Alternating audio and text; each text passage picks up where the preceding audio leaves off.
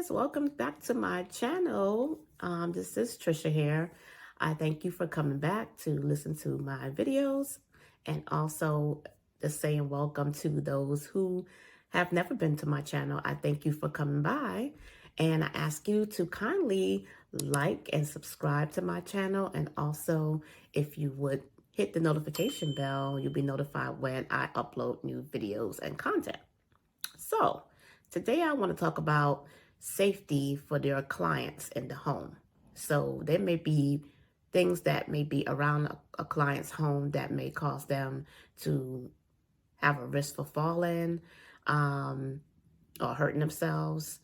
And I just wanted to kind of reach out and talk about a couple things that may potentially be a risk in the client's home and how you should deal with it. So first of all, we do have to know this is not our home. It's our client's home. So we want to make sure that you know not to just go ahead and start moving things around unless they give you permission to do that, okay? So as the home care agency owner, when you go out for your first initial visit and you're doing, or you send your nurse out, you want to make sure that you can kind of keep your eyes open and you're observing the area. So, and you know how to write your care plan to make sure that you're addressing certain things. Okay, so for instance, let's just say your caregiver goes out and they're caring for a client, and they need to know that if that client has a hospital bed, for instance, right, that they know once they can raise the height of the hospital bed so they can give care so they don't hurt their backs, which is good body mechanics. But at the end of giving care, let's just say they give incontinent care, they're getting them dressed or whatever, and they're in the bed, they need to know if that client remains in the bed, they need to lower the bed back down to all the way down so they're not at risk of falling. If they were to turn or try to get up, they don't fall hard to the floor, okay, and break something or something like that, okay? So that's something that they need to know. Let's just say someone is on oxygen.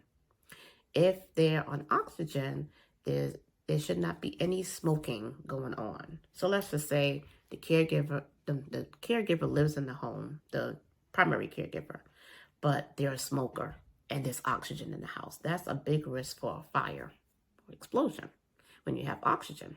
So, I mean, you can kindly have your caregiver kindly say something to them, but the best way would be for them to report that to you as the home care agency owner, or to the nursing supervisor, to let them know that maybe there should be a conversation and there should be something posted in the house saying no smoking, okay? Cords on the floor. Let's just say they're on oxygen and they have the nasal cannula in the nose. There's a long tube that goes to the machine, okay, or to the tank.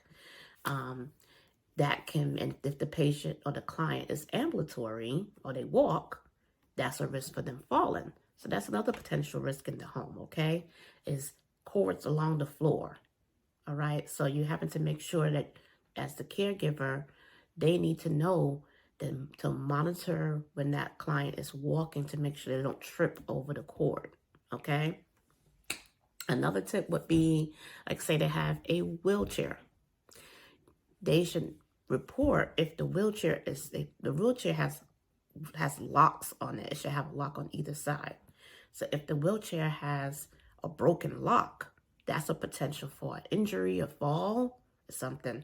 So that should be reported to the supervisor, or even to notify the family's caregiver, primary caregiver, to let them know, whoever provided the chair, that maybe they need to call the company to let them know to come out and have someone service the wheelchair or switch it out or so on, okay? Another idea would be scattered rugs. So you know how we have beautiful rugs in our homes and so on. A lot of times the clients have a risk for falling because they have rugs in the house, really pretty rugs that go with the decor in the home, but it can cause a risk for falling if that person is kind of frail, and if they're using like a walker or something like that, they can trip on the rugs in the home. So those are just a few tips of things of how they can keep, your caregivers can kind of watch out for things that's going on in the home, potential things that could make people fall, or for equipment when they're using certain equipment in the house, potential for fires and stuff like that, to just keep them safe. That is also part of their role, just to let you know, and if it's okay for them to report that to the primary caregiver, also just to give them a nudge and let them know that there's some safety hazards in the home. Okay, so I hope that has helped. Again, if you like this video, please like and subscribe to the channel if you haven't already.